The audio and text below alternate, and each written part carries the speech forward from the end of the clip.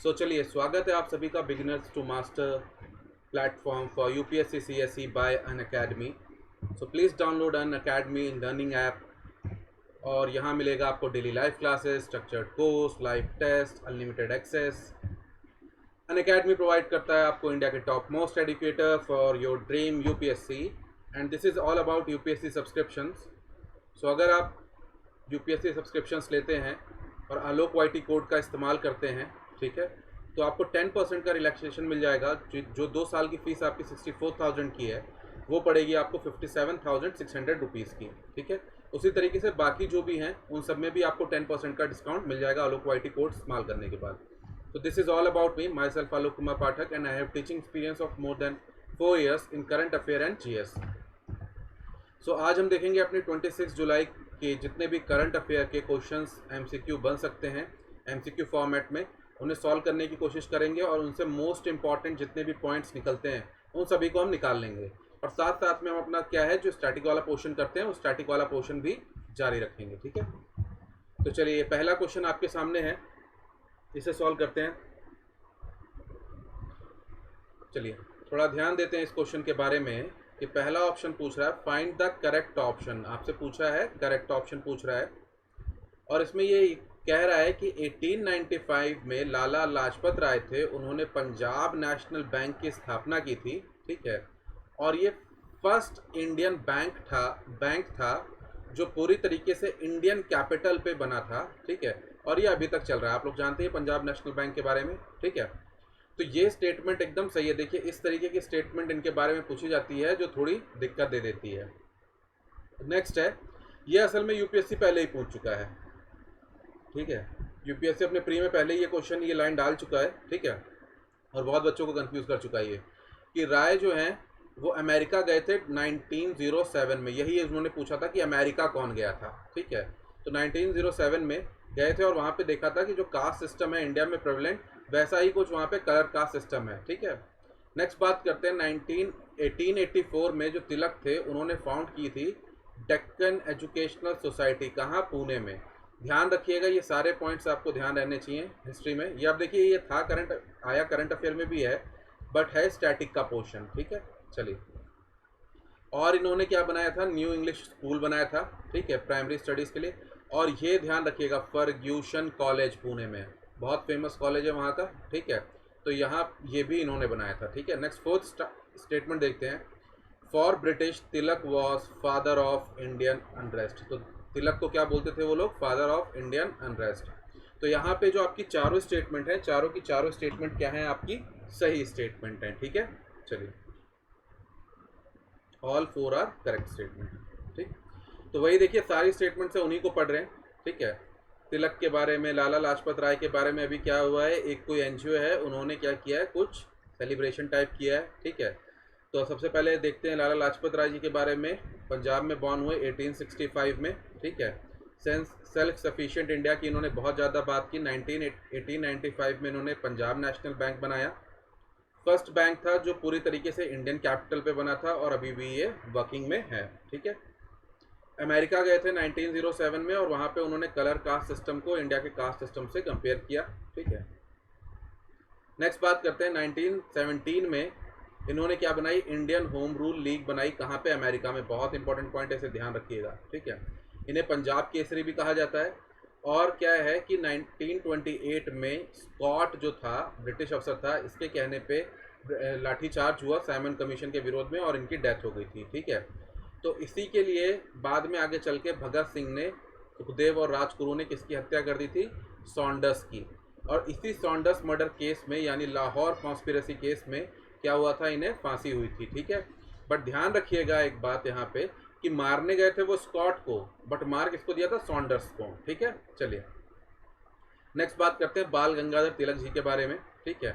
1856 में बॉर्न हुए, 1920 में इनकी डेथ हो गई, ठीक है। ये क्वेश्चन हम लोग पहले कर चुके हैं अपने क्वेश्चंस में, ठीक है। और दूसरा क्वेश्चन आप देखते हैं, इसमें दूसरी पॉइंट देखते हैं। 1884 में इन्होंने क्या बनाया? डेक्कन एजुकेशन सोसाइटी बनाई। कहाँ पे? पुणे में।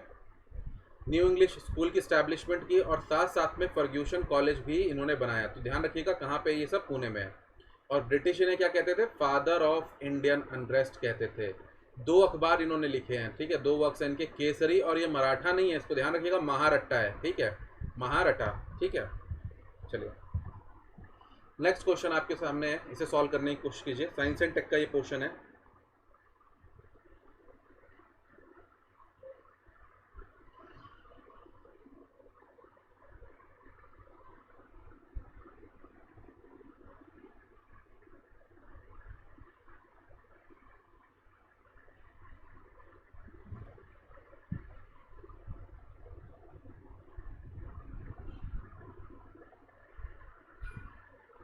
तो चलिए देखते हैं। इन स्पेस जो है is a part of reform aimed to giving a boost to private sector participation in entire range of space activity.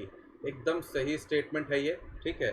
अब दूसरी स्टेटमेंट देखते हैं। Antariksh corporation limited aims to commercially exploit the research and development work of ISRO centres and constraint unit of DOS।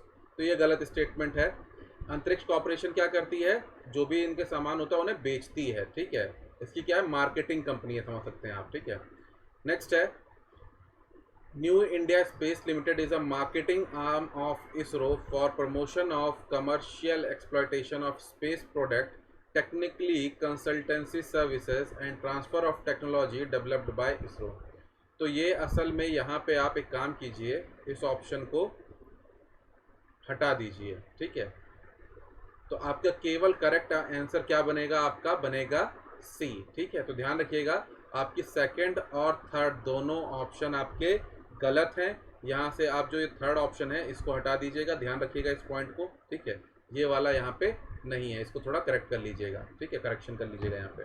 चलिए, तो C will be your correct answer, ठीक है।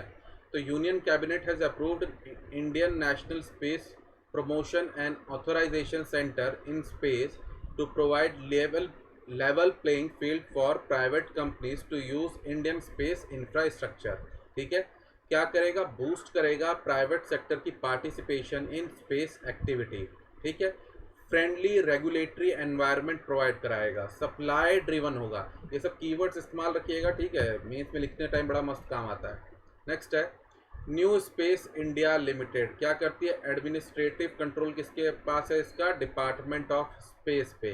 क्या करती है, कमर्शियली एक्सप्लॉइट करती है research and development work of ISRO centres and किसके अंदर है, डॉस के अंदर है, ठीक है। हाई टेक्नोलॉजी जो सर्विसेज है मैन्युफैक्चरिंग वो किसके लिए करती है, इंडियन स्पेस प्रोग्राम के लिए, ठीक है। अब अंतरिक्ष की बात करते हैं। अंतरिक्ष कॉर्पोरेशन लिमिटेड कहाँ पे है, बेंगलुरु में है, डिपार्टमेंट ऑफ स्पेस के अंडर है, और इसरो की क्या है, मार्केटिंग आर्म है ये, ठीक है। तो थोड़ा आप लोग यहाँ पे ये पॉइंट ध्यान रखिएगा कि सी ऑप्शन में आपका यहाँ पे कुछ नहीं है, ओनली 1 है, ठीक है। बस इस थोड़ा चीज़ को ध्यान रखिएगा, ठीक है। चलिए नेक्स्ट क्वेश्चन अब आपके सामने है। Find the correct about commission on sub categorization of other backward classes, ठीक है। तो ये क्वेश्चन अब आपके सामने, इसे सॉल्व करिए।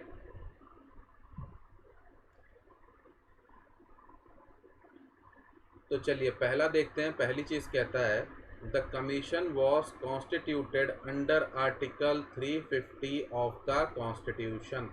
गलत स्टेटमेंट है ये, तो पहली गलत स्टेटमेंट हुई, आप गए बंधु, आप गए बंधु।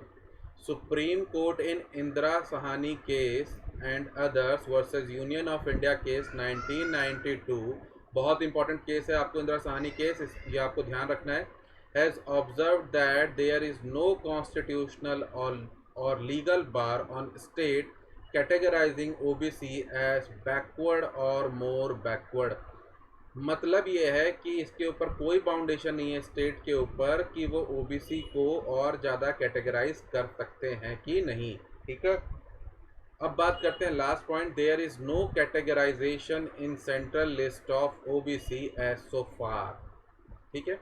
तो सेकंड और थर्ड आपकी करेक्ट स्टेटमेंट थी, फर्स्ट आपकी इनकरेक्ट स्टेटमेंट है। तो आपका जो करेक्ट आंसर बन जाएगा वो बन जाएगा आपका 2 और 3, यानी C will be your correct answer, ठीक है। तो यूनियन का अभी न्यूज़ क्या थी कि यूनियन कैबिनेट ने अप्रूव कर दिया extension of commission to examine issue of sub categorization of other backward class ठीक है, कब तक कर दिया है? 31/1/2021 तक इसको कर दिया है। किस आर्टिकल के अंडर बना है? आर्टिकल 340 ऑफ इंडियन कॉन्स्टिट्यूशन के अंडर बना है, 2017 में बना था। किसके अंडर है? श्रीमती जी रोहिणी के अंडर है, ये इसकी क्या है? हेड है। ठीक है, अब ये पूरा खेल किस डिपार्टमेंट के आता है? Department of social justice and empowerment. ठीक है, और ये अपनी रिपोर्ट किसको देगा? ये अपनी रिपोर्ट देगा प्रेसिडेंट ऑफ इंडिया को, और प्रेसिडेंट वो रिपोर्ट किस में लेके पेश करेंगे? अपने हाउस ऑफ पार्लियामेंट में। Indira Sahni case versus union of India case 1992 में सुप्रीम कोर्ट ने कहा कोई कॉन्स्टिट्यूशनल और लीगल बार नहीं है स्टेट पे for categorisation of OBC as backward और मोर बैकवर्ड क्लासेस। ठीक है, बट अभी तक 9 स्टेट जो हैं उन्होंने ये कैटेगराइजेशन कर रखा है, बट सेंटर लिस्ट जो है, सेंट्रल लिस्ट है, उसमें कोई सब कैटेगराइजेशन नहीं है ओबीसी लिस्ट में अभी तक। तो ये सारे पॉइंट्स आपको ध्यान रखने हैं। चलिए, अब नेक्स्ट क्वेश्चन आता है एनिमल हस्बेंड्री, आ गया, animal husbandry infrastructure development fund से रिलेटेड, इसको सॉल्व करिए।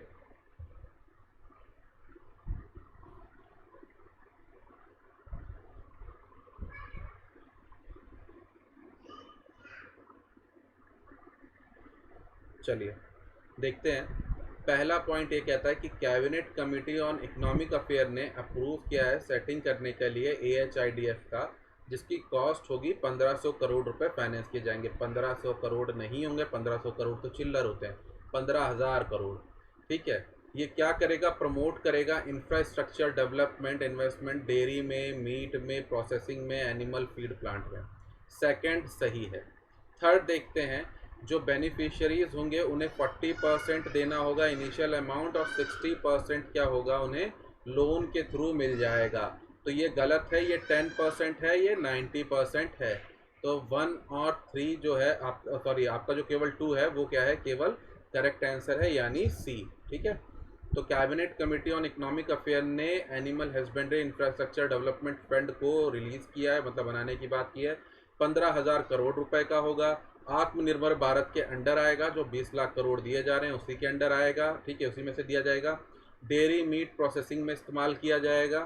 ठीक है, 10% पहले देने होंगे, 90% लोन के तौर पे मिल जाएंगे, 3% का इंटरेस्ट सबवेंशन भी मिलेगा, और साथ में 2 ईयर का मोरेटोरियम भी मिलेगा, यानी लोन देने में, EMI देने में छूट भी मिलेगी। ठीक है, चलिए नेक्स्ट क्वेश्चन आता है आपके सामने, इसे सॉल्व कीजिए।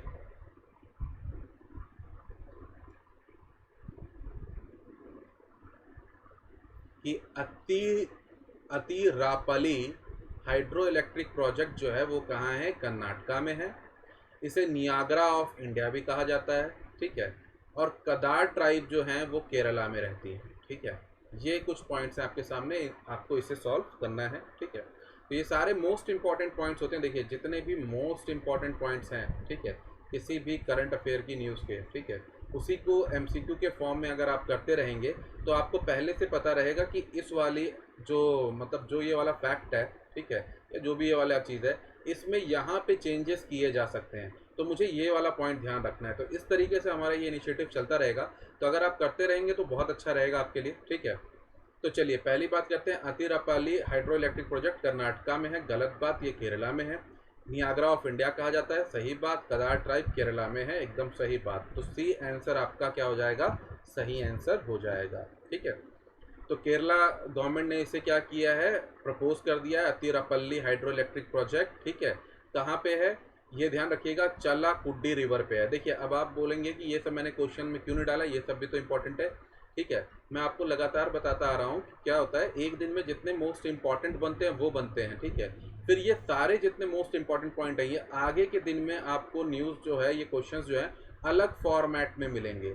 मतलब जो पिछले वाले में कवर नहीं हुए हैं क्वेश्चन, जो पॉइंट्स नहीं कवर हुए हैं, वो आगे आपको अलग क्वेश्चंस के फॉर्मेट में मिलते रहेंगे। ठीक है, तो ये मत सोचिएगा कि आपको कोई भी ऐसा एक सिंगल भी ऐसा पॉइंट होगा जो छोड़ा जाएगा, सब आपको मिलेंगे पूरे के पूरे। ठीक है, अब ध्यान रखिएगा कहाँ पे पड़ जाता है? वेस्टर्न घाट पे पड़ जाता है। ठीक है, शोलायार जो रेंजेस है वहाँ पे पड़ जाता है, ये शोलायार रेंजेस आप ध्यान रखेंगे। लार्जेस्ट वाटरफॉल है केरला का, नियाग्रा ऑफ इंडिया भी इसको कहा जाता है। ठीक है, अब बात यह है कि कंट्रोवर्सी तो होती है चाहे कोई भी डैम हो किस रिवर पे, ये ध्यान रखिएगा, क्योंकि यहाँ पे एक ट्राइबल ग्रुप रहता है, कदार ट्राइबल ग्रुप, उनके डिस्प्लेसमेंट के इशू बन जाएंगे, ठीक है। अब उसके बाद बात करते हैं कि बायोडाइवर्सिटी रिच एरिया जो वेस्टर्न घाट्स का है वहाँ पे ये पड़ता है, और इकोलॉजिकली सेंसिटिव जोन 1 में आता है ये एरिया, ठीक है। कौन? वेस्टर्न घाट, यूनेस्को वर्ल्ड हेरिटेज साइट है, ठीक है। फिर उसके बाद बात करते हैं कुछ अदर फॉल्स की, जैसे वजाराई फॉल कहाँ पे? महाराष्ट्र में। कंचीकाल फॉल आपका कर्नाटका में। बेहरी पानी फॉल आपका उड़ीसा में। नोखलकाई कहाँ पे? मेघालय में। और दूध सागर कहाँ पे? आपका कर्नाटका में। तो ये कुछ अलग दूसरे फॉल्स हैं, ये आपको ध्यान रखने हैं, और साथ में ये ध्यान रखिएगा कि ये किस रिवर पे हैं, ठीक है। ये आपको पॉइंट ध्यान रखना होगा। चलिए नेक्स्ट क्वेश्चन आपके सामने फिर से ऐसे सॉल्व कीजिए। National commission on backward class के ऊपर ये क्वेश्चन आता है आपके ऊपर, ठीक है, आपके पास, और आपको बताना है इसमें से करेक्ट स्टेटमेंट कौन सी होगी, ठीक है। इसमें से करेक्ट स्टेटमेंट कौन सी है ये ढूंढनी है आपको। तो पहला पॉइंट ये कहता है it is established as it was established as constitutional body, कि जब ये बनी थी तब ये क्या थी? एक कॉन्स्टिट्यूशनल बॉडी थी। तो आपको ये पॉइंट देखिए, ये असल में पहले ही पूछा जा चुका है, ऐसे क्वेश्चन लगातार पॉलिटी में पूछते ही हैं यूपीएससी में, ठीक है। तो यहाँ पे आप ध्यान रखिएगा कि जब ये बनी थी तब ये कोई कॉन्स्टिट्यूशनल बॉडी नहीं थी, तब ये क्या थी? एक स्टैट्यूटरी बॉडी थी, एक्ट के थ्रू बनी थी, ठीक है। तो ये ऑप्शन जो है आपका ये गलत हो जाएगा, ठीक है। नेक्स्ट है it come under ministry of HRD, तो ये भी आपका गलत है, ठीक है, मिनिस्ट्री ऑफ एचआरडी के अंडर नहीं आता है। नेक्स्ट है 100 कॉन्स्टिट्यूशनल अमेंडमेंट एक्ट ने इसको कॉन्स्टिट्यूशनल स्टेटस प्रोवाइड किया, तो ये भी गलत है। तो नन ऑफ द अबव, ठीक है, सारी स्टेटमेंट क्या है? गलत हैं, ठीक है। तो इसी तरीके से गलत करके इसे पूछा जाएगा। अब देखते हैं हम लोग कि इसमें करेक्ट क्या है, सारा का सारा मामला देखते हैं। National commission on backward class कब बना? 1993 में बना। किसके अंडर है? मिनिस्ट्री ऑफ सोशल जस्टिस के अंडर है, ठीक है। अब ध्यान रखिएगा कब बना था? 1993 में एक एक्ट के थ्रू बना था, तो तब क्या था? एक स्टैट्यूटरी बॉडी थी, ठीक है। बट 102 अमेंडमेंट जो है उसने 2018 में उसने इसे क्या कर दिया? एक कॉन्स्टिट्यूशनल स्टेटस दे दिया, ठीक है। तब ये मेन 2 पॉइंट्स आपको यहाँ पे ध्यान रखने हैं, ठीक है। अब इसके बाद ये काम क्या कर रहा है? मोर बैकवर्ड क्लासेस की क्या करेगा? स्ट्रैटिफिकेशन करेगा, ठीक है, क्योंकि आपको पता ही है कि मैक्सिमम जॉब जो है कुछ क्लास के जो लोग हैं वही ले जा रहे हैं, और पूरा जो रिजर्वेशन का फायदा है वो सभी को नहीं मिल पा रहा है। चलिए नेक्स्ट क्वेश्चन आता है आपके सामने कोऑपरेटिव बैंक से रिलेटेड, ठीक है।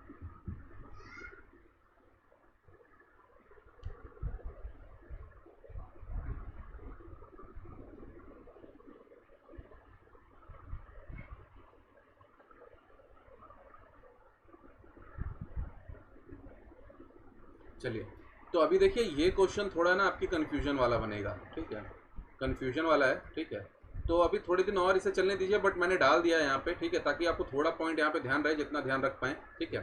तो पहली स्टेटमेंट कह रहा है आपको करेक्ट बताना है, all cooperative banks come under dual regulation of RBI and the registrar of cooperative society.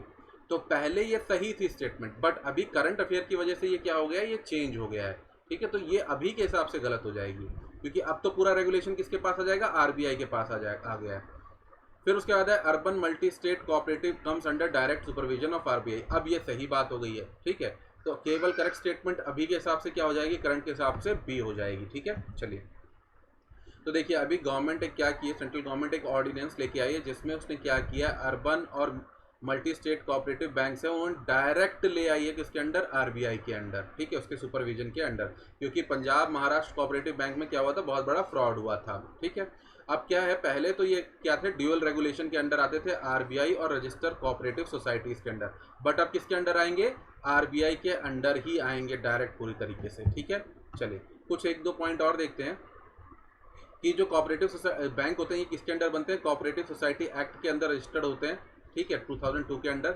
और इनके ऊपर बैंकिंग रेगुलेशन एक्ट 1949 भी लगता है, banking law cooperative society act 1955, इन दोनों के अंडर इनके ऊपर रेगुलेशंस चलते हैं, ठीक है। ध्यान रखिएगा सभी बैंकिंग रेगुलेशंस जो होते हैं वो इनके ऊपर नहीं लागू होते हैं, और इनके ऊपर कैश रिजर्व रेशो और एसएलआर स्टैट्यूटरी लिक्विडिटी रेशो ये दोनों इनके ऊपर लगता है, ठीक है। तो आपको पता होना चाहिए CRR क्या होता है और SLR क्या होता है, ठीक है। तो CRR का मतलब होता है cash reserve ratio. Cash reserve ratio का मतलब ये है, इसमें RBI कहता है, ठीक है, या फिर आप सिंपल RBI क्या कहें, मॉनेटरी पॉलिसी स्टेटमेंट जब जारी करता है RBI अपनी, ठीक है, मॉनेटरी पॉलिसी स्टेटमेंट हर 2 महीने में जारी करता है इसे, ठीक है। तो मॉनेटरी पॉलिसी स्टेटमेंट में RBI ये बताता है कि आपको CRR कैश रिजर्व रेशो कितना रखना है। इसका मतलब ये है कि टोटल कैश जो बैंक के पास आया है एक हफ्ते के अंदर, ठीक है। इसे मैं समझाता हूँ, थोड़ा समझ लीजिएगा यहाँ पे, ठीक है, कि बैंकिंग सिस्टम में ये पूरा काम कैसे होता है। इसे थोड़ा यहाँ पे समझ लीजिए, क्योंकि फिर क्या है, आपको ये बहुत ज़्यादा काम आएगा आगे हमेशा। देखिए क्या होता है कि मान के चलिए बैंक है आपके, ठीक है, और बैंक क्या करते हैं, तो एक ही काम करते हैं, लोन देते हैं, ठीक है, किसी को लोन दिया इंसान को, ठीक है, बिजनेस को, कंपनी को, और उसके बाद क्या हुआ, उससे परसेंटेज कमा लिया, ठीक है। तो यही काम है किसका, बैंकिंग का। मतलब पब्लिक, बैंक और बिजनेस। तो बैंक ने बिजनेस को लोन दिया, बिजनेस ने वापस चुकाया, और उसने पब्लिक को लोन दिया, पब्लिक से वापस लिया, या फिर दोनों तरफ से, और इसी के बीच में अपना परसेंटेज बना लिया। यही बैंक की बेसिक वर्किंग है, ठीक है। बट जो बैंक के पास ये पूरा पैसा दे रही है पब्लिक और बिजनेस, क्या पता ये लेके ना भाग जाए, ठीक है। तो इसलिए सारे जितने बैंक होते हैं वो किसके अंदर आते हैं, RBI के अंदर। तो RBI इसके लिए गाइडलाइन जारी करके रखता है, और ये गाइडलाइन किसके अंडर जारी करता है, अलग अलग एक्ट तो ही हैं, बट मेन है आपका मॉनेटरी पॉलिसी, ठीक है। तो मॉनेटरी पॉलिसी स्टेटमेंट जो है वो हर 2 महीने में RBI अपनी जारी करता है, और इसमें RBI ये कहता है कि बंधु आप कुछ पैसा अपना सेफ रखेंगे, तो वो रखा जाता है CRR के अंडर, ठीक है। CRR यानी कैश रिजर्व रेशो, मतलब जितना पैसा, समझ लीजिए एक हफ्ते के अंदर 100 रुपये आए हैं, ठीक है। इसे आप लोग थोड़ा जब इकोनॉमी करेंगे तब देख लेंगे, net demand and time liability होती है ये, ठीक है, कि डिमांड डिपॉजिट में कितना पैसा आया है, मतलब कितना पैसा जमा किया गया है ऐसा जो कभी भी निकाला जा सकता है, या टाइम डिपॉजिट में कितना पैसा आया, ऐसा पैसा जो फिक्स डिपॉजिट के फॉर्म में है। तो उन्हीं दोनों को आपस में जोड़ दिया जाए तो उसे कहते हैं net demand and time liability. उसका कितना परसेंटेज आपको सेफ रखना पड़ेगा हर बैंक को, ठीक है। 4%, हर परसेंट ये चेंज होता रहता है, ठीक है। याद रखने की जरूरत नहीं होती कितना परसेंटेज, क्योंकि ये चेंज होता रहता है, तो एग्जाम से पहले देख लीजिए, वैसे कभी नहीं पूछता, ठीक है। तो CRR जो है वो 4% मान के चलिए, ठीक है। तो उसी तरीके से SLR में क्या कहता है, SLR में बैंक ये RBI इनको ये कहता है कि भैया कुछ पैसा जो है, ठीक है, वो आप सेफ रखेंगे, और उसे आप क्या करेंगे, केवल उसे आप क्या करेंगे, उस SLR में आप क्या कर सकते हैं, 21% के जैसे मान के चलिए आसपास रहता है, ठीक है। तो इस 21% में आप क्या करेंगे, उसे मोस्ट लिक्विड एसेट में रखेंगे। किस में रखेंगे, मोस्ट लिक्विड एसेट में रखेंगे, ठीक है। ये पैसा तो कैश में रखना होता है, और किसके पास रखना होता है, RBI की तिजोरी में रखना होता है। बट SLR का पैसा बैंक को अपने पास रखना होता है, अपनी तिजोरी में रखना होता है, ठीक है, देना नहीं होता। बट मोस्ट लिक्विड एसेट में, तो मोस्ट लिक्विड एसेट क्या होता है, सबसे पहला होता है कैश, दूसरा होता है गोल्ड, और तीसरा होता है गवर्नमेंट की सिक्योरिटीज। समझ में आ गई बात। तो ये दोनों प्रोविजंस जो हैं, CRR और SLR, ये दोनों किसके ऊपर लागू होते हैं, आपके इन सारे बैंक्स के, कोऑपरेटिव बैंक्स के ऊपर लागू होते हैं, ठीक है। चलिए नेक्स्ट क्वेश्चन आपके सामने है, वर्ल्ड इकोनॉमिक आउटलुक कौन रिलीज करता है।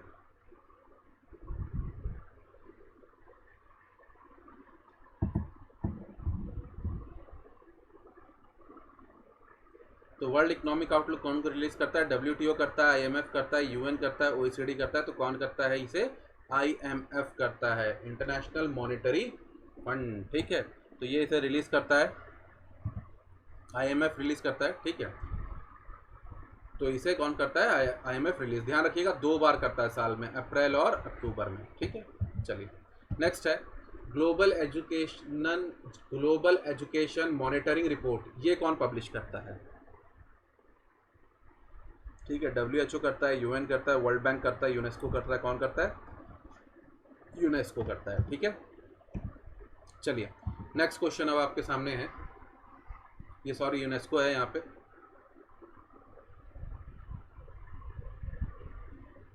UNESCO has developed World Inequality Database of Education to draw attention to extreme high level of educational inequalities across countries and between different groups in within the countries. India is founding member of UNESCO. ये दो option है आपके पास, आपको correct statement बतानी है इसमें कि सही स्टेटमेंट क्या होगी। तो दोनों स्टेटमेंट आपकी सही हैं, both C is a your correct answer. India founding member था, ठीक है। तो अभी क्या हुआ है देखिए, ग्लोबल एजुकेशन मॉनिटरिंग रिपोर्ट जो है जारी की है यूनेस्को ने, ठीक है। इसकी थीम है inclusion and education all mean all, ठीक है। तो इसमें क्या कर रहा है, प्रोग्रेस को देखेगा, मॉनिटर करेगा प्रोग्रेस को, सस्टेनेबल डेवलपमेंट गोल 4। तो आपको ध्यान रखना है SDG 4, जब अभी आगे आपको क्वेश्चन मिलेंगे तो इसी सबसे पॉइंट से मिलेंगे, ठीक है। तो SDG 4 क्या कहता है, सस्टेनेबल डेवलपमेंट गोल कहता है कि इंक्लूसिव, इक्विटेबल, क्वालिटी एजुकेशन करेंगे, promote life long learning opportunity for all by 2030। तो ये आपको ध्यान रखना है, ठीक है। अब उसके बाद कुछ डिक्लेरेशन है, ये डिक्लेरेशन आप लोग देख लीजिएगा, ठीक है। आइकॉन डिक्लेरेशन, गुइंडाओ डिक्लेरेशन, ठीक है, किस किस से रिलेटेड है, ठीक है। तो ये एजुकेशन से ही रिलेटेड है, तो ये आप थोड़ी चीज़ें ध्यान रखिएगा, अगर पूछता है तो ध्यान रखिएगा एजुकेशन से रिलेटेड है, ठीक है। चलिए अब देखते हैं इसे क्या बोला जाता है, जो ये रिपोर्ट निकलती है, education for all global monitoring report कहा जाता है, ठीक है। अब world inequality data base of education wide, ठीक है, ये डेवलप भी किया इन्होंने पूरा का पूरा देखने के लिए कि इनइक्वालिटी अक्रॉस द कंट्रीज कितनी है, ठीक है, यूनेस्को ने। चलिए अब देखते हैं इसमें कुछ इंपॉर्टेंट पॉइंट। इसी रिपोर्ट में कहा गया है कि 40% से ज़्यादा बुरे हाल हैं लोगों के, ठीक है, लोअर मिडिल क्लास में, ठीक है। इतनी सारी चीज़ें इंपॉर्टेंट नहीं है, आपको जो मेन पॉइंट यहाँ पे ध्यान रखना है, इसमें ये कहा गया है कि डिस्टेंस लर्निंग जो सोल्यूशन आप मान रहे हैं उसमें भी कोई खास अच्छा होगा नहीं उससे, ठीक है, उससे और बुरे हालात हो जाएंगे, ऐसा कुछ उनका मानना है, ठीक है। अब यूनेस्को के बारे में बात करते हैं, कब बनी थी, 1945 में बनी थी। स्पेशलाइज्ड एजेंसी है किसकी, UN की। हेडक्वार्टर कहाँ है, पेरिस में है। 195 मेंबर्स हैं, ठीक है। और इंडिया क्या है, इसका फाउंडिंग मेंबर है। अब यूनेस्को के काम कुछ सुनिए, ठीक है, ये बहुत इंपॉर्टेंट है।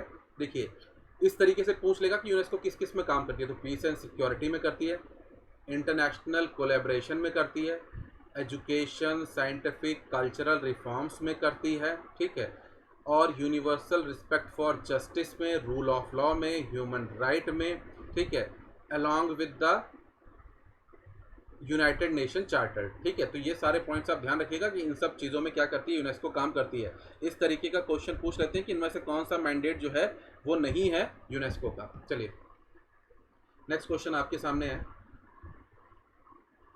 Article 340 of Indian constitution deals with which of the following, किससे डील करता है। तो अभी जस्ट हमने किया है, आर्टिकल 340 किससे डील करता है, appointment of a commission to investigate the condition of backward classes, ठीक है। चलिए नेक्स्ट क्वेश्चन फिर से आपके सामने है, consider the following statement with respect to annual TB report 2020, ठीक है। तो इंडिया क्या है, टीबी का गढ़ है, ठीक है। तो हम है टीबी का गढ़, तो यही इसमें पूछ रहा है कि टीबी का जो गढ़ है इंडिया, उससे रिलेटेड अभी रिपोर्ट जो आई है उसमें क्या कह रहा है, ठीक है। तो चलिए पहली बात ये कह रहा है कि according to the report increase हुआ है 14% का टीबी में, ठीक है। फिर उसके बाद कह रहा है रिलीज करता है इसको कौन, ministry of health and family welfare.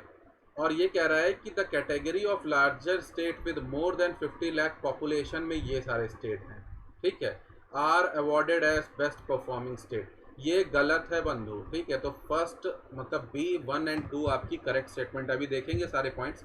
चलिए नेक्स्ट क्वेश्चन आपके सामने ट्यूबरक्लोसिस से रिलेटेड, इसे सॉल्व कीजिए, ठीक है।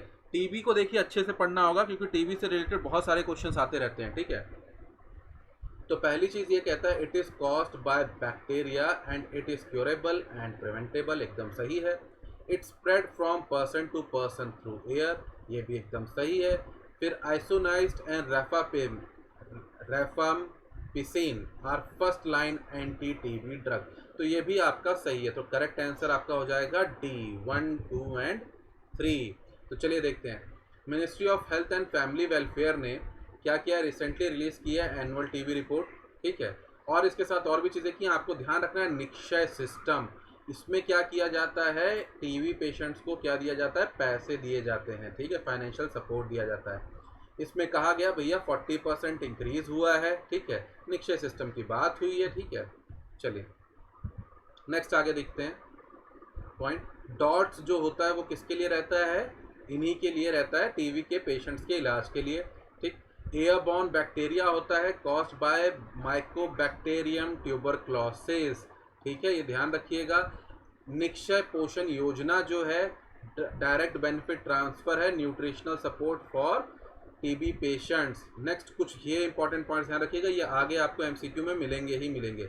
National strategic plan for elimination of TB 2017 से 25, वेरी इंपॉर्टेंट, पूछा जाएगा कि कब से कब तक है, 17 से 25 तक है, और इसमें क्या टारगेट रखा जा रहा है, elimination of India TB in India by 2025। अब देखिए लार्जर स्टेट की कैटेगरी में जो हैं वो कौन से हैं, गुजरात, आंध्र, हिमाचल, ये क्या है बेस्ट परफॉर्मिंग स्टेट। स्मॉलर में 50 लाख से कम त्रिपुरा, नागालैंड वर अवॉर्डेड, ठीक है। यूनियन टेरिटरी में दादरा नगर हवेली, दमन एंड दीव, ठीक है। तो ये कुछ बेस्ट परफॉर्मर हो गए। अब टीबी के बारे में कुछ देख लेते हैं, ठीक है। किससे होता है देख ही लिया हमने, बैक्टीरिया माइकोबैक्टीरियम ट्यूबरक्लोसिस, और किसको इफेक्ट करता है, लंग्स को इफेक्टिव करता है। कोविड भी लंग्स को इफेक्ट करता है, ये भी लंग्स को इफेक्टिव करता है। तो अगर कोई टीबी पेशेंट पहले से है, उसको कोविड हो गया, तो उसके बचने के चांसेस बहुत डेंजर हो जाएंगे, ठीक है। Person to person through air हो सकता है, कोविड भी हो सकता है, ठीक है। क्यूरेबल है, ध्यान रखिएगा, प्रिवेंटेबल है, ये वाली इसके लिए वैक्सीन इस्तेमाल की जाती है टीबी डिसीज़ के लिए, और भी ये बाकी जो हैं ये सब भी first line anti TB drugs का इस्तेमाल किया जाता है। अब जो मेन दिक्कत है वो है मल्टी ड्रग रेसिस्टेंट ट्यूबरक्लोसिस। तो जब इसे एंटीबायोटिक देते जाते हैं और जो बहुत सारे लोग जो होते हैं वो अपना कोर्स पूरा नहीं करते, कोर्स पूरा ना करने के कारण जो ये बैक्टीरिया होता है, ये बैक्टीरिया क्या कर लेता है, उसके खिलाफ रेजिस्टेंट डेवलप कर ले लेता है, और क्या बन जाता है, मल्टी ड्रग रेसिस्टेंट ट्यूबरक्लोसिस बन जाता है। यानी फिर इस ड्रग का इसके ऊपर इस्तेमाल ही नहीं होता, तो और पावरफुल क्या नाम है, एंटीबायोटिक दी जाती है। और फिलहाल ये हो चुका है, ये कंडीशन आ चुकी है, जो मोस्ट पावरफुल इनके पास एंटीबायोटिक है उसके खिलाफ भी अब इन्होंने क्या किया, रेजिस्टेंट डेवलप करना शुरू कर दिया है, ठीक है। चलिए नेक्स्ट क्वेश्चन आपके सामने 14th क्वेश्चन है, कोऑपरेटिव बैंक से रिलेटेड। जस्ट हमने सारा का सारा अभी पढ़ लिया था उससे रिलेटेड, तो इस क्वेश्चन को सॉल्व करने की कोशिश कीजिए, क्या होगा करेक्ट आंसर।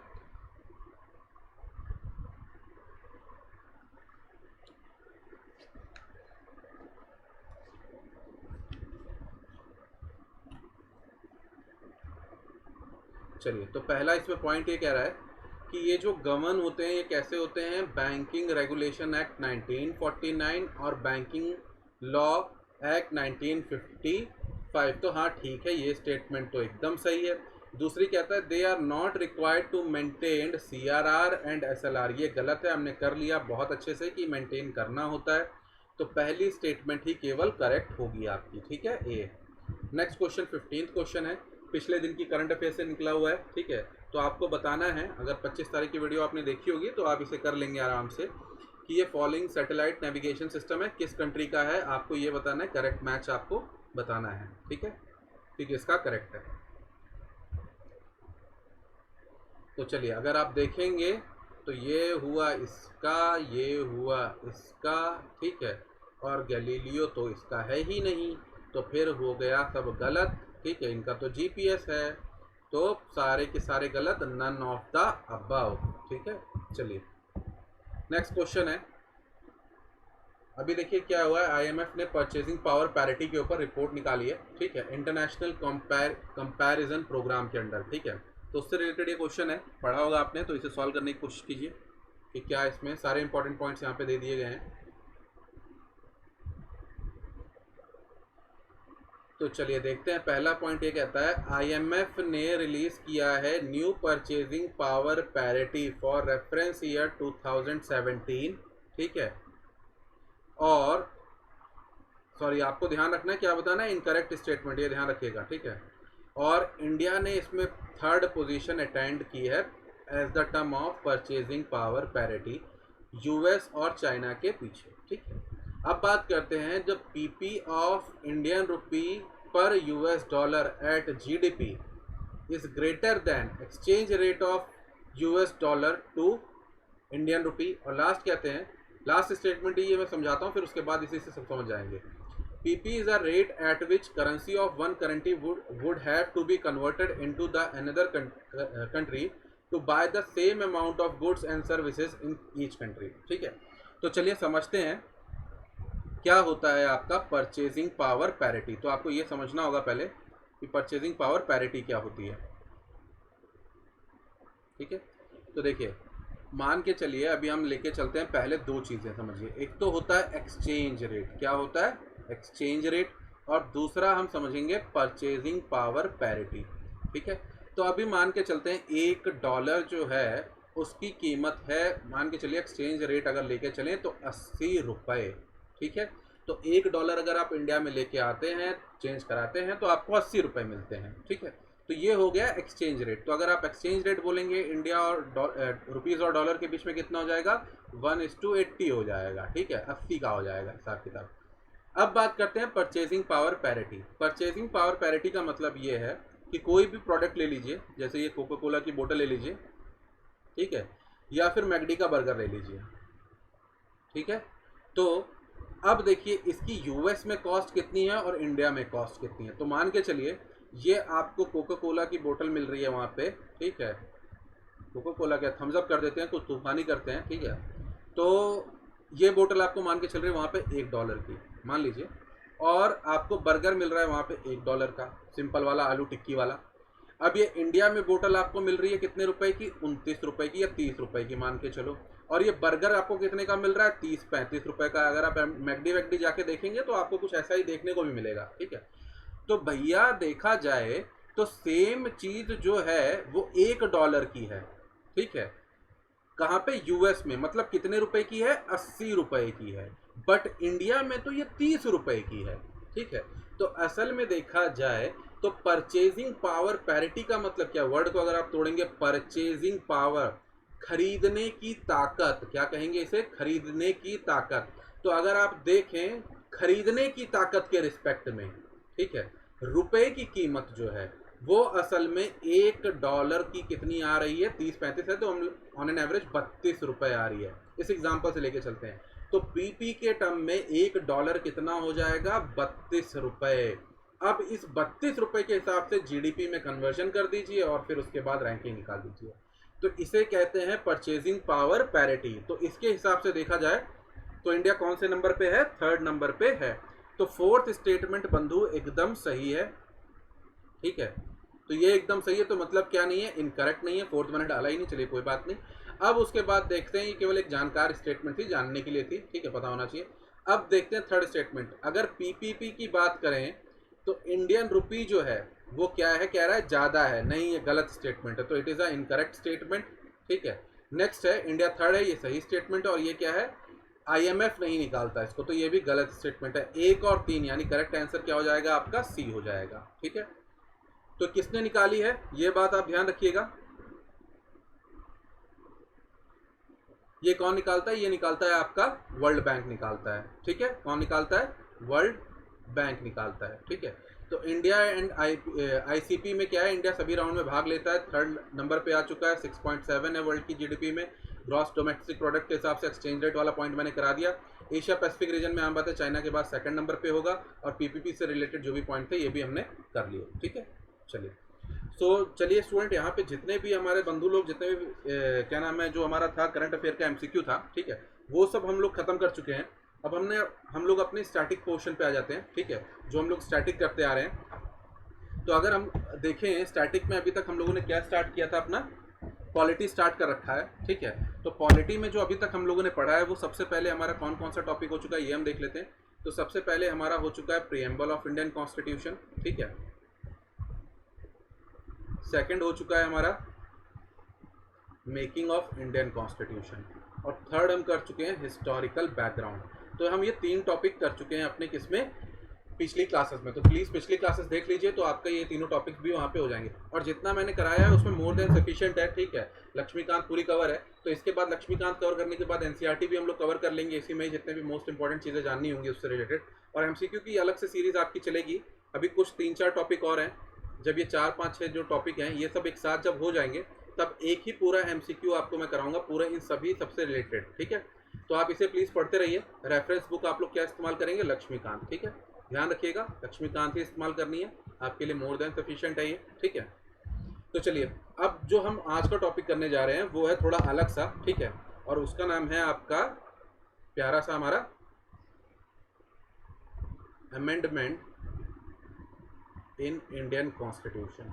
तो हम ये समझेंगे इस चैप्टर में, ठीक है, कि अमेंडमेंट की जो प्रोसेस है वो किस तरीके से अमेंडमेंट होता है पूरा का पूरा, ठीक है, कॉन्स्टिट्यूशन में किस तरीके से अमेंडमेंट किया जाता है, क्या रहता है, किस तरीके से सारी चीज़ें हम लोग खत्म करेंगे अपनी। एक मिनट,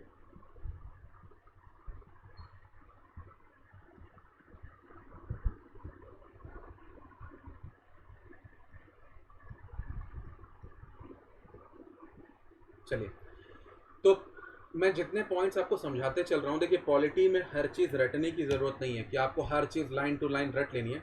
कुछ चीज़ें ऐसी हैं जो आपको समझ लेनी है, मतलब एकदम खून में उतार लेनी है, एकदम नॉर्मल, जैसे रोज़ खाते पीते घूमते हो वैसे ही पता होना चाहिए, ठीक है।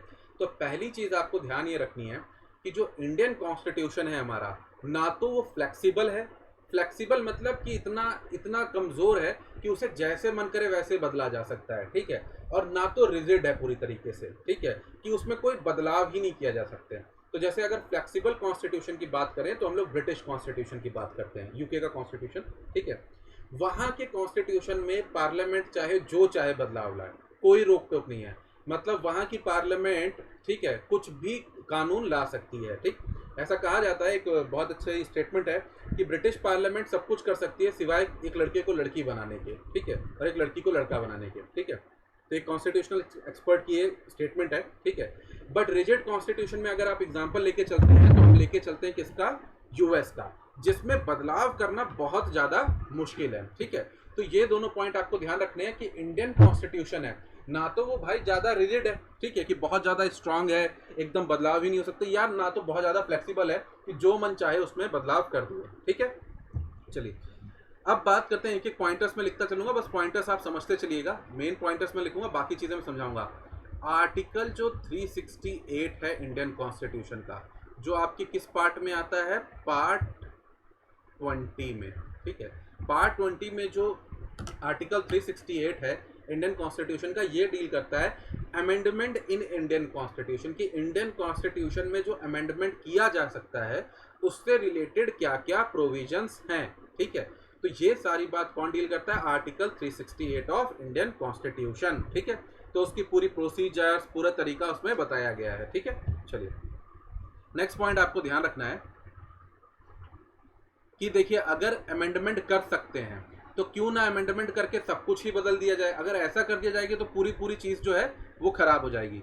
तो केशवानंद भारती केस, आपको ये केस ध्यान रखना है, केशवानंद भारती केस 1973। इसमें सुप्रीम कोर्ट ने कहा कि भाई कॉन्स्टिट्यूशन में कुछ चीज़ें हैं, वो क्या हैं, बेसिक स्ट्रक्चर है। नेक्स्ट क्लास हम लोग इसी के ऊपर करेंगे, कुछ चीज़ें क्या है, बेसिक स्ट्रक्चर है, ठीक है। तो उसमें बदलाव नहीं किया जा सकता, ठीक है। तो अब आप ध्यान रखिएगा कि बेसिक स्ट्रक्चर जो है ये कहीं कॉन्स्टिट्यूशन में डिफाइन नहीं है। सुप्रीम कोर्ट इसे अपनी नई नई जजमेंट्स में बताता रहता है कि क्या है बेसिक स्ट्रक्चर, ठीक है। तो ध्यान रखिएगा, कॉन्स्टिट्यूशन में कहीं पे भी डिफाइन नहीं है, ठीक है। चलिए, नेक्स्ट बात हम लोग करते हैं कि प्रोसीजर क्या है अमेंडमेंट का, ठीक है। सबसे पहली चीज़ हमें समझनी होगी कि अगर अमेंडमेंट करना है तो उसका प्रोसीजर क्या है, ठीक है, किस तरीके से पूरा प्रोसीजर होता है, आर्टिकल 368 किस तरीके से कहता है। तो मैं जितने पॉइंट्स आपको बता रहा हूँ उसे बड़े ध्यान से सुनिएगा, ठीक है, और सीधा दिमाग में उतार लीजिएगा। नोट्स बनाने बनाइए, नहीं बनाने मत बनाइए, लक्ष्मीकांत में सब मिल जाएगा आपको, ठीक है। लक्ष्मीकांत आपको पढ़नी पड़ेगी, कोई दूसरा चारा है नहीं आपके पास, ठीक है। बट चीज़ें अच्छे से समझना बहुत ज़रूरी है, ताकि उसके बाद अगर आप चैप्टर पढ़ें तो आपको पता हो कि ये वर्ड मुझे ध्यान रखना है, ठीक है। तो मेरा मेन मोटिव यहाँ पे यही रहेगा कि जब आप लक्ष्मीकांत पढ़ें तो आपको ये पता हो कि हाँ, ये पॉइंट्स मेरे पक्के रहने चाहिए, यही के ऊपर क्वेश्चन बनेगा। तो पहला पॉइंट करते हैं कि प्रोसीजर क्या है अमेंडमेंट का। तो देखिए, अमेंडमेंट का प्रोसीजर ये है कि कोई भी बिल जो है अमेंडमेंट का, ठीक है, उसे आप क्या कर सकते हैं, लोकसभा में ला सकते हैं, राज्यसभा में ला सकते हैं, ऑनली, ठीक है। तो जहाँ पे भी लक्ष्मीकांत में आपको ऑनली वर्ड मिल जाए उसको बहुत अच्छे से अंडर मार्क कर लीजिएगा, समझ लीजिएगा। मतलब केवल कहाँ आएगा, लोकसभा राज्यसभा में आएगा, स्टेट लेजिस्लेटिव्स में कॉन्स्टिट्यूशनल अमेंडमेंट बिल नहीं आ सकता। सिर्फ एक एक्सेप्शन है, वो हम आगे देखेंगे, ठीक है। चलिए, तो ये पॉइंट आपको ध्यान रखना है, कहाँ आएगा, लोकसभा राज्यसभा में आएगा, स्टेट में नहीं आएगा। दूसरा पॉइंट आपको ध्यान ये रखना है, जो मिनिस्टर हैं और जो प्राइवेट मेंबर्स हैं, मतलब जो मिनिस्टर नहीं है, वो दोनों कॉन्स्टिट्यूशनल अमेंडमेंट बिल क्या कर सकते हैं, पार्लियामेंट में ला सकते हैं। ठीक है। दूसरी बात ये ध्यान रखिएगा, कॉन्स्टिट्यूशनल अमेंडमेंट बिल को प्रायर रिकमेंडेशन प्रेसिडेंट की ज़रूरत नहीं होती है। मतलब प्रेसिडेंट से पहले नहीं पूछना पड़ता है कि भैया ये मैं कॉन्स्टिट्यूशनल अमेंडमेंट बिल लेके आ रहा हूँ, तो क्या मैं इसे लेके आऊँ कि नहीं आऊँ। ये सारे पॉइंट्स आपको ऐसे ही ध्यान रखने होते हैं कि कोई भी बिल से रिलेटेड है कि उससे प्रेसिडेंट की प्रायर रिकमेंडेशन लेनी होती है कि नहीं लेनी होती है, तो नहीं लेनी होती है। ठीक है। नेक्स्ट बात करते हैं कि ये बिल पास जो होता है, ठीक है, वो पास कैसे होगा। तो कॉन्स्टिट्यूशनल अमेंडमेंट बिल जो है वो पास होगा स्पेशल मेजॉरिटी से। कैसे पास होगा, स्पेशल मेजॉरिटी। तो अभी हम आगे करेंगे कि स्पेशल मेजॉरिटी क्या होती है, सब कुछ क्या होती है। ठीक है, चलिए नेक्स्ट आगे बात करते हैं कि स्पेशल मेजॉरिटी से होगा। ठीक है। अब दूसरी बात आप ध्यान रखिएगा कि जो ये बिल होता है, कॉन्स्टिट्यूशनल अमेंडमेंट बिल होता है, ठीक है, इसे सेपरेटली दोनों जो लोकसभा और राज्यसभा दोनों जगह सेपरेट तरीके से पास कराना होता है। मतलब इसमें प्रोविजन किसका नहीं है, ज्वाइंट सिटिंग का प्रोविजन नहीं है। और ज्वाइंट सिटिंग किस आर्टिकल में है, तो बस यहाँ पे मैं मेन इंपॉर्टेंट चीज़ें लिखूंगा। आर्टिकल 108 में ज्वाइंट सिटिंग का प्रोविजन है। तो ज्वाइंट सिटिंग नहीं हो सकती किनके केस में, कॉन्स्टिट्यूशनल अमेंडमेंट बिल में। ठीक है, ज्वाइंट सिटिंग नहीं कर सकते, लोकसभा राज्यसभा को अलग अलग पास कराना पड़ेगा। ठीक है। अब बात करते हैं कि कुछ ऐसे प्रोविजन है जिसमें फेडरल लिस्ट में जो फेडरल स्ट्रक्चर जो है, अगर कोई चीज़ जिसमें फेडरल स्ट्रक्चर चेंज हो रहा है तो उसमें क्या कराना होगा, वैसे बिल को कहाँ लेके आना होगा, स्टेट्स को भी देना होगा। मतलब पहले पार्लियामेंट में कराओ, फिर उसके बाद स्टेट्स के पास लेके जाओ। ठीक है। तो अगर half of the state bill को रेटिफाई कर देते हैं, साइन कर देते हैं, तो वो बिल पास हो जाता है। ध्यान रखना कितना, हाफ ऑफ द स्टेट। ठीक है। चलिए, और किससे करना होगा ये पॉइंट ध्यान रखिएगा। देखिए, ये बिल जब पार्लियामेंट में हो रहा है तो पार्लियामेंट में क्या चाहिए आपको, कौन सी मेजॉरिटी चाहिए, ठीक है, वो चाहिए आपको स्पेशल मेजॉरिटी। बट जो स्टेट में हो रहा है उसके लिए क्या चाहिए आपको, सिंपल मेजॉरिटी। मतलब स्टेट अपनी जो उनकी असेंबली वहाँ पे कैसे पास करेंगे, सिंपल मेजॉरिटी से पास करेंगे। नेक्स्ट पॉइंट आपको ध्यान रखना है कि जो प्रेसिडेंट है, ठीक है, जो प्रेसिडेंट है उसको अपना जो एसेंट है, ठीक है, जो अपनी कंसिडरेशन है, मतलब एसेंट अपना देना ही पड़ेगा किसको, कॉन्स्टिट्यूशनल अमेंडमेंट बिल को। उसे बाउंड कर दिया गया है, ही मस्ट। तो ध्यान रखिएगा, प्रेसिडेंट मस्ट। और ये किसके अंडर बाउंड किया गया है, 24th अमेंडमेंट एक्ट 1971 के अंडर। आपको ये ध्यान रखना, ये एक्ट बहुत इंपॉर्टेंट है। इस एक्ट के अंदर आने के बाद प्रेसिडेंट के पास कंपल्शन है कि वो कॉन्स्टिट्यूशनल अमेंडमेंट बिल को क्या करेगा, अपना एसेंट देगा ही देगा। ठीक है। चलिए, मतलब वो क्या नहीं कर सकता, वो विदहोल्ड नहीं कर सकता और रिटर्न नहीं कर सकता है ऐसे किसी भी बिल को। ठीक है, फॉर रिकंसिडरेशन। ठीक है। चलिए, अब ये हो गया हमारा सारा का सारा बेसिक समझना, थोड़ा सा प्रोसीजर क्या होता है अमेंडमेंट का। अभी हम लोग जो स्पेशल मेजॉरिटी है उन सबको समझेंगे। ठीक है। चलिए, अब हम नेक्स्ट बात करते हैं टाइप ऑफ अमेंडमेंट क्या है। ठीक है, टाइप्स ऑफ अमेंडमेंट समझते हैं। चलिए,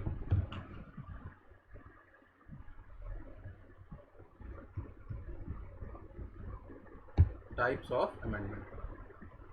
देखिए, तो कितने टाइप्स के अमेंडमेंट होते हैं, किस तरीके से कितने तरीके के अमेंडमेंट हो सकते हैं। तो पहला एक होता है बड़ा प्यारा सा, उसे कहते हैं सिंपल मेजॉरिटी, क्योंकि ये सिंपल होता है, सिंपल मेजॉरिटी।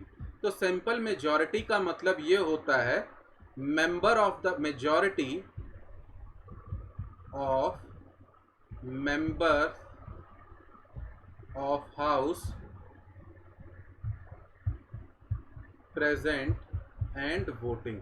मतलब जितने मेंबर्स हैं पूरे उस पार्लियामेंट में, ठीक है, जितने भी सीटें हैं उसके जितने भी मेंबर्स आए हुए हैं, मतलब प्रेजेंट हैं, ठीक है, और वोट कर रहे हैं, ठीक है, उनकी जो मेजॉरिटी होगी, अगर वो +1 हो जाती है तो उसे क्या कहेंगे, सिंपल मेजॉरिटी। ध्यान ये रखना है, majority of members of house present and voting. ध्यान रखना, प्रेजेंट है बट वोट नहीं कर रहा, वो अलग चीज़ होती है। प्रेजेंट है और वोट भी कर रहा है, ठीक है। तो अब आपको ध्यान जो रखना होता है सिंपल मेजोरिटी, देखिए मेजोरिटी और भी बहुत तरीके की होती है, बट यहाँ पे केवल हम अमेंडमेंट वाला चैप्टर पढ़ रहे हैं तो केवल 3 ही मेजोरिटी अपनी पढ़ेंगे। तो अब बात करते हैं सिंपल मेजोरिटी के अंदर क्या क्या चीज़ें चेंज होती हैं, ठीक है। तो मैं आपको समझा दे रहा हूँ, पूरी लिस्ट आपको मिल जाएगी ये लक्ष्मीकांत में, बट इस लिस्ट में आपको क्या कैसे ध्यान रखना है ये चीज़ें आप अच्छे से समझ लीजिए। पहली बात, अगर कोई भी नया स्टेट बनाया जा रहा है, उसके नाम में चेंज किया जा रहा है, कुछ भी किया जा रहा है, मतलब आर्टिकल 2 और 3 में कुछ भी चेंज किए जा रहे हैं, तो वो सारी चीज़ें किस में आएंगी, सिंपल मेजॉरिटी में। और जो भी सिंपल मेजॉरिटी में आता है वो आर्टिकल 368 के अंदर नहीं आता, वो प्रोविजन किस में नहीं जाते, मतलब सिंपल मेजॉरिटी में जो भी चीज़ें करने के लिए लिखी गई हैं वो आर्टिकल 368 उनके ऊपर लागू नहीं होगा। आर्टिकल 368 में क्या लागू होगा, दो ही तरीके होते हैं, एक तो होता है आपका स्पेशल मेजॉरिटी और दूसरा special majority plus ratification by half of the state, ठीक है। 2 पॉइंट ध्यान रखिएगा। तो पहली चीज क्या है, फॉर्मेशन ऑफ न्यू स्टेट अगर किया जा रहा है, नाम में चेंज किया जा रहा है, बाउंड्री में चेंज किया जा रहा है, इन सब में अगर चेंज किया जा रहा है तो सिंपल मेजॉरिटी चाहिए। अगर नई लेजिस्लेटिव काउंसिल किसी स्टेट में बनाई जा रही है, एबॉलिश की जा रही है, तो सिंपल मेजॉरिटी चाहिए। सेकंड शेड्यूल में जो सैलरी वाला है पूरा का पूरा, अगर उसमें कोई चेंज किया जा रहा है तो क्या है, सिंपल मेजॉरिटी चाहिए। कोरम कि पार्लियामेंट में कितने मिनिमम मेंबर प्रेजेंट होंगे, अगर इसमें कोई चेंज किया जा रहा है तो वो सिंपल मेजॉरिटी से होगा, ठीक है। नेक्स्ट उसके बाद कर रहे हैं सैलरी और अलाउंस जो होंगे एमपीज के, वो भी सिंपल मेजॉरिटी से होगा, ठीक है। रूल्स प्रोसीजर जो है पार्लियामेंट के, ठीक है, प्रिविलेजेस जो है पार्लियामेंट के, वो सब क्या है, सारे के सारे सिंपल मेजॉरिटी से चेंज किए जाएंगे, ठीक है। बात करते हैं यूज ऑफ इंग्लिश लैंग्वेज, ये वाला पॉइंट आपको ज्यादा अच्छे से रखना है। अगर इंग्लिश लैंग्वेज का कितना यूज करना है, अगर इससे रिलेटेड कोई बिल है तो वो भी सिंपल मेजॉरिटी से पास होगा। नंबर ऑफ जजेस इन सुप्रीम कोर्ट, मोस्ट इंपॉर्टेंट, ये ध्यान रखिएगा, रिसेंटली नंबर बढ़ा दिया गया है, मोस्ट इंपॉर्टेंट बता रहा हूं, नंबर ऑफ जजेस इन सुप्रीम कोर्ट, अगर इसे बढ़ाना है तो ऐसा बिल कैसे पास होगा, सिंपल मेजॉरिटी से पास होगा। अगस्त सितंबर की ये न्यूज़ है 2019 की, बहुत इंपॉर्टेंट है, पूछे जाने की प्रोबेबिलिटी डायरेक्ट बन रही है इसकी, ठीक है। नेक्स्ट बात करते हैं मोर जुरिस्डिक्शन टू सुप्रीम कोर्ट, अगर जुरिस्डिक्शन और देना है सुप्रीम कोर्ट को तो वो भी सिंपल मेजॉरिटी से पास होगा, ठीक है। नेक्स्ट वाला भी आपको बहुत ध्यान रखना है, सिटीजनशिप में चेंज, अगर सिटीजनशिप की एक्विजिशन एंड टर्मिनेशन से रिलेटेड कोई भी प्रोविजन या बिल है तो वो भी किससे पास होगा, सिंपल मेजॉरिटी से। तो सिटीजनशिप एक्ट आया है पूरा का पूरा, ध्यान रखिएगा, हमारा कॉन्स्टिट्यूशन एक्विजिशन और टर्मिनेशन ऑफ सिटीजनशिप के बारे में बात ही नहीं करता, वो सब छोड़ देता है किसके ऊपर, पार्लियामेंट के ऊपर, जिसके बाद क्या आया था, सिटीजनशिप एक्ट आया था, बहुत इंपॉर्टेंट है इस बार के लिए। नेक्स्ट है election of parliament and state legislative, ठीक है, तो इससे रिलेटेड अगर कुछ है तो वो भी किसमें होगा, सिंपल मेजॉरिटी से होगा। और लास्ट में है डीलिमिटेशन ऑफ कॉन्स्टिट्यूएंसीज। डीलिमिटेशन का मतलब ये होता है कि अगर पॉपुलेशन के हिसाब से, देखिए हमारे यहाँ जो चुनाव होते हैं किसके हिसाब से होते हैं, पॉपुलेशन के हिसाब से होते हैं, ठीक है।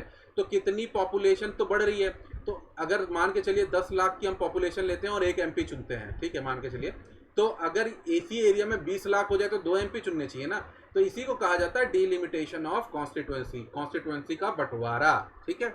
चलिए, तो ये भी प्रोविजन किससे होगा, आपका सिंपल मेजॉरिटी से होगा, ठीक है। और सिंपल मेजॉरिटी से 2 जगह चेंज होते हैं, मेनली 2-3 जगह, एक होता है यूनियन टेरिटरी, वो सीधा सेंट्रल लिस्ट में आता है तो सिंपल मेजॉरिटी से होगा। दूसरा 5th शेड्यूल में अगर कोई चेंज आता है, 5th शेड्यूल यानी शेड्यूल्ड एरियाज और शेड्यूल्ड ट्राइबल एरियाज के अगर एडमिनिस्ट्रेशन से रिलेटेड कोई चेंज लाना है तो किस में आएगा, सिंपल मेजॉरिटी से आएगा। और लास्ट है 6th शेड्यूल, तो 6th शेड्यूल जो है वो है एडमिनिस्ट्रेशन ऑफ किसका, आपके एटीएम मशीन का। एटीएम मशीन मतलब आसाम, मेघालय, मिजोरम और त्रिपुरा, अगर यहाँ पे जो शेड्यूल्ड एरिया हैं इनके अगर किसी भी तरीके के एडमिनिस्ट्रेशन, इनका ट्राइबल एरिया में एडमिनिस्ट्रेशन में कोई चेंज लाना है तो वो भी किससे होगा, सिंपल मेजॉरिटी से होगा, ठीक है। तो ये सारे पॉइंट्स आप ध्यान रखिएगा पूरी तरीके से।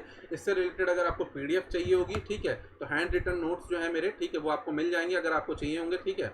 तो अगर वहाँ पे चाहें तो आप ले सकते हैं, बाकी सब कुछ आपको लक्ष्मीकांत में सच मिल जाएगा। मेन चीज़ है आप समझ लें कि आपके लिए इंपॉर्टेंट क्या है। तो आपको ये जितने सिंपल मेजॉरिटी में क्या क्या आता है ये सारे पॉइंट्स आपको पता होने चाहिए। क्योंकि इस तरीके से क्वेश्चन पूछा जाएगा कि इसमें से कौन सी चीज़ सिंपल मेजोरिटी के थ्रू होगी, कौन सी चीज़ स्पेशल मेजोरिटी के, और कौन सी ratification with half of the state, और इसके बाद एब्सोल्यूट मेजोरिटी आती है और भी तरीके की मेजोरिटी आती है। तो बेटर है आप एक चार्ट बना लीजिए, सिंपल मेजोरिटी, स्पेशल मेजोरिटी और एब्सोल्यूट मेजोरिटी और बाकी मेजोरिटीज़ का, और उसको लास्ट में पूरी तरीके से टेबल के फॉर्म में बना लीजिए, ठीक है।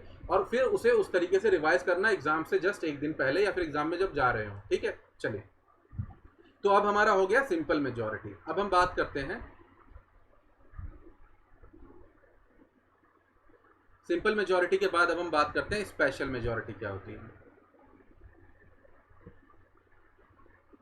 अब आ गया हमारा स्पेशल मेजोरिटी, ठीक है। तो इसे अब हम लोग समझेंगे, थोड़ा आप ध्यान रखिएगा यहाँ पे। तो देखिए, अब स्पेशल मेजोरिटी समझनी है और हमें क्या समझनी है, सिंपल मेजोरिटी समझनी है। एक मिनट, तो पहले हम एक तरफ करते हैं अपनी सिंपल मेजोरिटी और दूसरी तरफ हम लिखते हैं अपनी स्पेशल मेजोरिटी, ठीक है। तो ये दोनों हैं आपकी मेजोरिटी के टाइप्स, इन दोनों को ही समझना है, ठीक है। तो सिंपल मेजोरिटी में देखिए, मेन चीज़ें जैसे मैं आपको बता रहा हूँ उसे थोड़ी समझते चलिएगा। तो क्या है, majority of members present and voting, अगर ये मिल जाता है तो आपका क्या हो जाता है, सिंपल मेजोरिटी पूरी हो जाती है, ठीक है। तो आप देख के चलते हैं, टोटल मेंबर मान के चलिए राज्य लोकसभा में है 545, ठीक है। प्रेजेंट हुए उसमें से मान के चलिए 400, ठीक है, और उस 500 मान के चलिए 500 प्रेजेंट हुए, ठीक है, कैलकुलेशन सही बनेगी। और प्रेजेंट एंड वोटिंग जो है, मतलब जो वोट भी कर रहे हैं, वो हुए आपके 400, ठीक है। तो 545 में से 500 प्रेजेंट हैं और प्रेजेंट एंड वोटिंग है 400, तो आपकी जो मेजॉरिटी बनेगी वो बनेगी 400 divided by 2 plus 1 is equal to 201। तो अगर 201 मिल जाता है नंबर तो आपका सिंपल मेजॉरिटी से बिल पास हो जाएगा, ठीक है। अब उसके बाद स्पेशल मेजॉरिटी क्या होती है, majority of 2/3 members present and voting and, ठीक है, and majority of total membership of house। तो ये दो पॉइंट आपको ध्यान रखने हैं, ठीक है। तो मेजॉरिटी कैसी चाहिए आपको, देखिए पहली चाहिए majority of 2/3 member of present and voting. तो देखिए यहाँ पे जो चीज़ थी वो वही है, यहाँ पे क्या है, majority of members present and voting है, बट यहाँ पे कितनी चाहिए, 2/3 चाहिए। कितनी चाहिए इसकी, 2/3 चाहिए। यहाँ पे तो 51% चाहिए था, यहाँ पे तो 2/3 चाहिए, ठीक है। अब देखिए, साथ साथ में प्लस एक और कंडीशन सेटिस्फाई करनी है, majority of total membership of house, मतलब हाउस की जो टोटल मेंबरशिप है उसकी भी मेजॉरिटी आपको लानी होगी, ठीक है। तो चलिए वही देखते हैं, टोटल मेंबरशिप कितनी है हमारी, फिर से इक्वेशन के फॉर्म में देखते हैं। टोटल मेंबरशिप यहाँ पे कितनी है, 545 है, ठीक है। प्रेजेंट कितने थे हमारे, 500। वोट कितने कर रहे थे, प्रेजेंट एंड वोटिंग कितने हैं, 400, ठीक है। तो 2/3 of present and voting 400 plus 1 is equal to आपका आ जाएगा 267, ठीक है। समझ में आ गई बात। तो ये आपको नंबर चाहिए होगा पहली कंडीशन में, और दूसरी कंडीशन में क्या चाहिए होगा भाई, 545 divided by 2 plus 1 is equal to 273। तो ये दोनों कंडीशन सेटिस्फाई होनी चाहिए। समझ में आई बात। अगर इतने बिल हाँ, इतने मेंबर्स हाँ में बोलते हैं, सही मतलब उसके साथ जाते हैं, तो आपकी स्पेशल मेजॉरिटी से क्या हो जाएगा, बिल पास हो जाएगा। तो ये डिफरेंस होता है सिंपल मेजॉरिटी और स्पेशल मेजॉरिटी में, ठीक है। चलिए, आई होप समझ गया होगा। अगर आपको नहीं समझ आया तो प्लीज़ बता दीजिएगा, इरेज ऑल, ठीक है। चलिए, तो अगर हम देखें, थोड़ा सा पॉइंट यहाँ पे देखें, ध्यान रखिएगा कि सिंपल मेजॉरिटी कितनी थी आई हमारी, ठीक है। सेम केस में अगर हम सेम केस लेके चलते हैं तो सेम केस में सिंपल मेजॉरिटी कितनी थी, 201 थी, ठीक है। और स्पेशल मेजॉरिटी कितनी थी, स्पेशल मेजॉरिटी आई थी हमारी कितनी, 273, ठीक है। और स्पेशल मेजॉरिटी 273 नहीं, ये टोटल मेंबरशिप की जो मेजॉरिटी थी, ठीक है। जो टोटल मेंबरशिप की जो मेजॉरिटी थी वो कितनी आई थी 273, और जो 2/3 मेंबर की जो थी 2/3 member of present and voting उसकी कितनी आई हमारे पास 267 आई। तो सेम कंडीशन में अलग अलग ये आपके पास आया। ठीक है, तो ये पॉइंट थोड़े आप ध्यान रखिएगा। ठीक, तो चलिए ध्यान ये रखना है आपको कि ये दोनों कंडीशन जो है ये दोनों कंडीशन सेटिस्फाई होनी चाहिए। ठीक है, तभी वो बिल पास होगा, वरना नहीं होगा। अब बात करते हैं कि स्पेशल मेजॉरिटी में हम क्या कौन कौन से प्रोविजंस को चेंज करते हैं। देखिए, अगर आपने स्पेशल मेजॉरिटी ध्यान रख लिया तो बाकी सब चला गया सिंपल मेजॉरिटी में, और स्पेशल मेजॉरिटी में हर जगह स्टेट घुस जाएगा। ठीक है, तो यहाँ पे सबसे अच्छी बात है स्पेशल मेजॉरिटी में जो बिल है वो बहुत कम है। एक तो है आपका अगर फंडामेंटल राइट में कोई चेंज लाना है, दूसरा आपका है डीपीएसपी में directive principle of state policy में, और थर्ड है आपका कि अगर फर्स्ट और थर्ड तरीके में, मतलब आपका सिंपल मेजॉरिटी और special majority plus ratification of half of the state, जो अभी हम थर्ड तरीका पढ़ेंगे, अगर इसमें कोई चीज़ नहीं है तब वो चली जाएगी किसमें, आपके इस वाले तरीके में, मतलब स्पेशल मेजॉरिटी वाले तरीके में। ठीक है, तो आपको केवल ध्यान रखना है फर्स्ट फंडामेंटल राइट और डीपीएसपी, बाकी जो फर्स्ट वाले तरीके में नहीं है, सेकंड तरीके में नहीं है, वो सब आएगा स्पेशल मेजॉरिटी में। ठीक है, समझ में आ गई बात। चलिए, तो अब हम देखते हैं हमारा लास्ट आता है। ठीक है, चलिए अब आता है हमारा लास्ट थर्ड जो तरीका है करने का, वो है special majority plus ratification by half of the state. ठीक है, तो आम बात है इसमें ऐसे प्रोविजन डाले जाते हैं जो फेडरल स्ट्रक्चर को चेंज करने की बात कर रहे हैं, यानी जहाँ पे जो स्टेट्स हैं उनके भी कंसर्न हैं, उनके जो इंटरेस्ट हैं उन्हें भी दिक्कत हो सकती है। ठीक है, तो अब देखिए यहाँ पे क्या क्या आता है, इसे आप समझते चलिए, बस सेम उसी तरीके से। देखिए क्या होगा, यहाँ पे आप ध्यान रखिएगा भैया, है क्या स्पेशल मेजॉरिटी चाहिए कहाँ, पार्लियामेंट में, और स्टेट में कौन सी मेजॉरिटी चाहिए ये ध्यान रखिएगा, स्टेट में चाहिए सिंपल मेजॉरिटी। ये पॉइंट बहुत अच्छे से ध्यान रखना, इसमें गड़बड़ मत कर देना। ठीक है, तो अब कौन कौन से रिलेटेड ऐसे प्रोविजंस आते हैं। ठीक है, तो प्रोविजंस देखते हैं। ऐसा कोई भी प्रोविजन जिसमें फेडरल स्ट्रक्चर चेंज हो रहा है, मतलब स्टेट की पावर कम हो रही हो। ठीक है, दूसरा पॉइंट ध्यान रखिएगा, ऐसे किसी भी बिल के लिए किसी भी स्टेट गवर्नमेंट को टाइम फिक्स नहीं किया गया है, स्टेट जितना चाहे उतना टाइम ले सकते हैं ऐसे बिल को रेटिफाई करने के लिए। बट पॉइंट ये ध्यान रखिएगा, जब 50% स्टेट ने अगर बिल पास कर दिया तो वो बिल पास माना जाएगा। ठीक है, दूसरी बात, अब कौन कौन से प्रोविजंस आते हैं। पहला आता है इलेक्शन ऑफ प्रेसिडेंट। ठीक है, प्रेसिडेंट की अगर इलेक्शन में कोई भी चीज़ चेंज की जाएगी तो क्या होगा, आधे स्टेट से पूछा जाएगा, मतलब स्टेटों को पूछा जाएगा। नेक्स्ट है एग्जीक्यूटिव पावर जितनी भी हैं, ठीक है, जो भी एग्जीक्यूटिव पावर है उनसे रिलेटेड अगर कोई चेंज किया जा रहा है, ठीक है, तो भी पूछा जाएगा। ठीक है, अब सेंटर और स्टेट के रिलेशंस के बीच में अगर कोई चेंज किया जा रहा है तो भी ये बिल इसी तरीके से पास होगा। ठीक है, नेक्स्ट है अगर लेजिस्लेटिव पावर जो है यूनियन और स्टेट की, ठीक है, उसमें कोई चेंज किया जा रहा है, एग्जीक्यूटिव पावर में कोई चेंज किया जा रहा है, ठीक है, अगर ऐसा कोई भी बिल है उसमें कोई भी ऐसा प्रोविजन है तो वो स्टेट के पास जाएगा। ठीक है, नेक्स्ट बात करते हैं, कोई भी अगर 7th शेड्यूल में चेंज हो रहा है, 7th शेड्यूल यानी आपका यूनियन लिस्ट, स्टेट लिस्ट और कॉन्करेंट लिस्ट में अगर कोई भी चेंज हो रहा है तो स्टेट के पास जाएगा ये बिल। ठीक है, नेक्स्ट किसी भी तरीके का अगर चेंज हो रहा है representation of states in parliament, तो भी बिल किसके पास जाएगा, सभी स्टेट्स के पास जाएगा।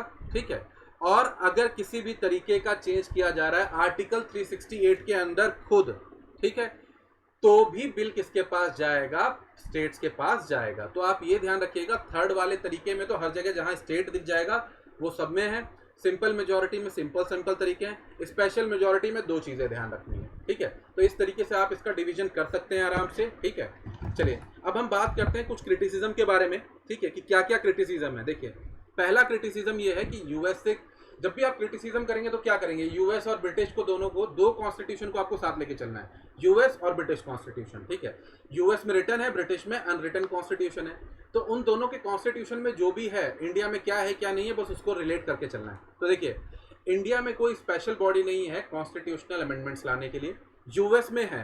ठीक है, यूएस में एक प्रॉपर बॉडी है, कॉन्स्टिट्यूशनल कन्वेंशन बॉडी है जो कॉन्स्टिट्यूशनल अमेंडमेंट्स लाने के लिए काम करती है। ठीक है, नेक्स्ट बात है, इंडिया में सारी पावर है पार्लियामेंट के पास अमेंडमेंट लाने की। ठीक है, केवल एक केस छोड़ दिया जाए, वो है लेजिस्लेटिव काउंसिल जो है स्टेट्स जो बनाना चाहते हैं उससे रिलेटेड छोड़ के, ठीक है, वही एक प्रोविजन उनको मिला है। बाकी उसके ऊपर भी ये है कि चाहे सेंट्रल गवर्नमेंट अपनाए चाहे सेंट्रल गवर्नमेंट मना कर दे, मतलब पार्लियामेंट चाहे तो उस बिल को एक्सेप्ट करे या रिजेक्ट कर दे, तो स्टेट के पास पावर नहीं है कॉन्स्टिट्यूशनल अमेंडमेंट बिल लाने की।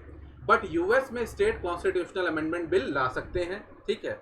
नेक्स्ट उसके बाद बात करते हैं कि जो इंडिया में जो स्टेट्स का जो व्यू पूछा गया है वो हाफ ऑफ द स्टेट अगर कह देते हैं तो ठीक है, बट यूएस में है, ये ध्यान रखिएगा 3/4, कितना है 3/4, ये पॉइंट आप ध्यान रखिएगा। यूएस में कितना कंसर्न माना जाता है 3/4 और इंडिया में कितना है हाफ, ठीक है। चलिए दूसरी बात है कि कोई ज्वाइंट सिटिंग का प्रोविजन नहीं है, ठीक है। और लास्ट बात कहते हैं बहुत स्केची है, ठीक है, मतलब ये अमेंडमेंट वो अमेंडमेंट ऐसी अमेंडमेंट कैसी अमेंडमेंट, ठीक है। तो अब हम जो पढ़ते हैं अपना फर्स्ट पॉइंट जो हमने जब लेक्चर स्टार्ट किया था तो पढ़ा था कि इंडियन कॉन्स्टिट्यूशन ना तो फ्लेक्सिबल है और ना तो रिजिड है।